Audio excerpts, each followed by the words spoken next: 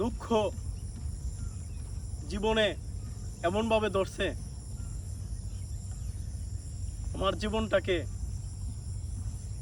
একদম আপন করে নিয়েছে। সুখ আমায় অবহেলা করে চলে গেছে, দুঃখ আমায় হাসি মুখে মেনে নিছে।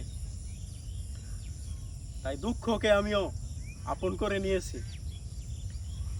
মানুষের একটা ভাগ বেশি থাকে, আমার জীবনের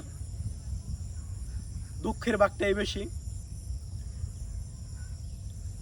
তাই জীবনে সব কিছু ভুলে গিয়ে দুঃখকেই আমি আপন করে নিয়েছি।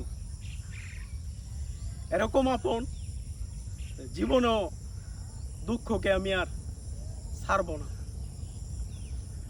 আমার জীবনে এই একটা ভাগই বেশি, দুঃখ আমার বড় আপন। সুখ আমার জীবনে উকি দিয়েও চলে গেছে, আমাকে বড় অবহেলা করেছে। তাই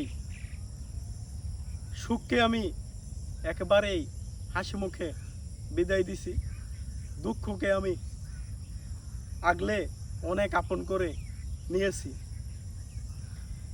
অ্যাক্সিডেন্ট হওয়ার পর ভাবি নাই যে জীবনে এত দুঃখ কষ্ট থাকবে, কিন্তু দিন যায় আর দুঃখ কষ্ট জীবনে বাড়ে।